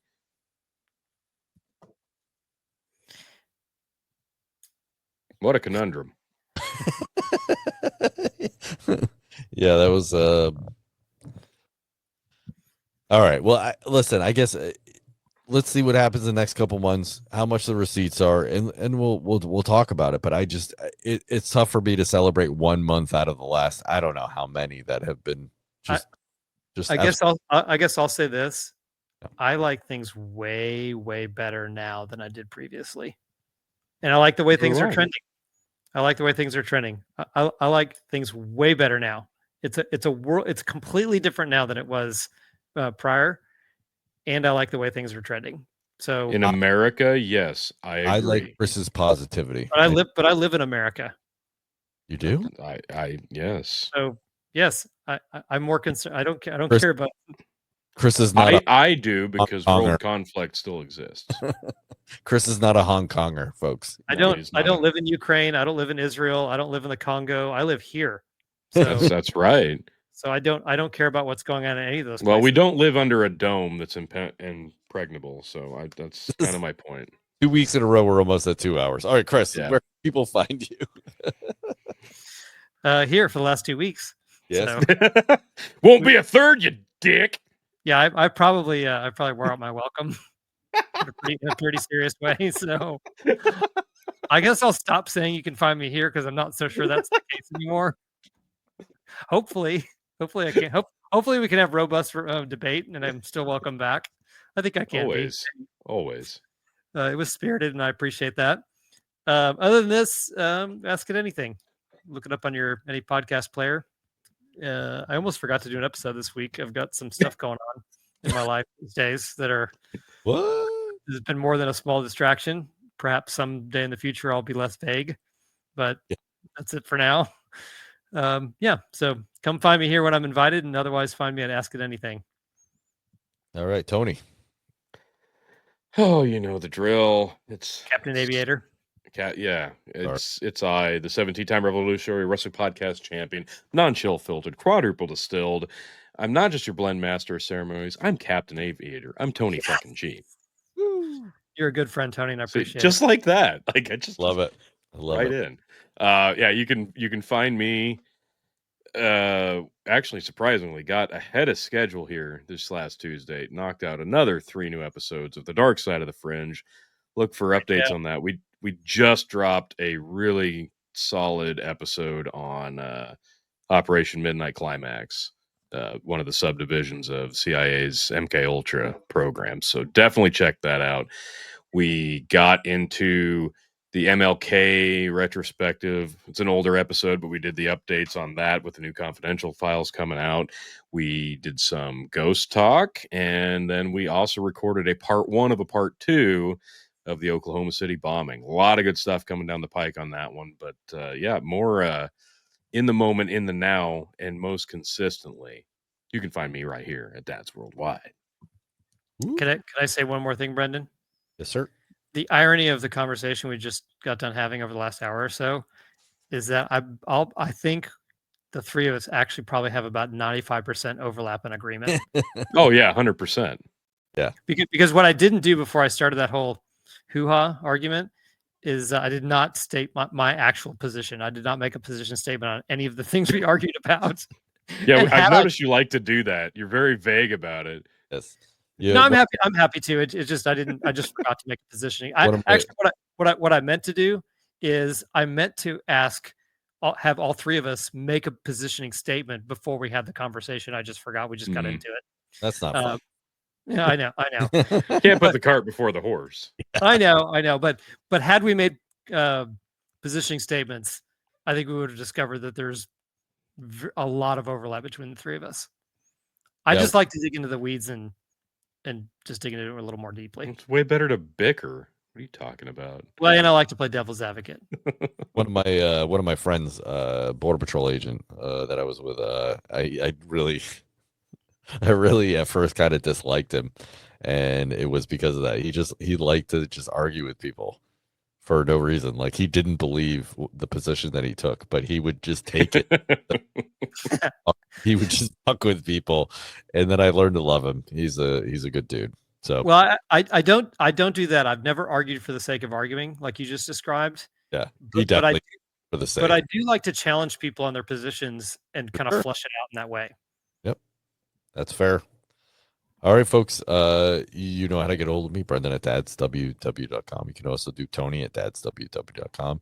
I'll make one for Chris at dadsww.com. And of course, you can't stand me, can't stand any of these guys. Hate mail at dadsww.com, or jump on the website, click on that leave a voicemail tab, and you can actually do it anonymously. So you don't have to tell us what your name is if you're sticking something up a orifice. We don't need to know. I hope you enjoyed our NFL picks today. Yeah, the NFL picks Yeah, were spectacular. nailed it. Nailed it. Spectacular. Stone Cold Locks. Take it to Vegas. Yeah. I'm gonna title this the NFL episode. Please do that. Take it all to your local sports book. Even so many people will be disappointed. Oh All my right, God. folks. I want you to name it NFL Stone Cold Locks. Stone Cold Locks. All right, folks. We will make you laugh. We might make you most certainly somehow, some way make you parent. Thank you for listening. Later. Bye.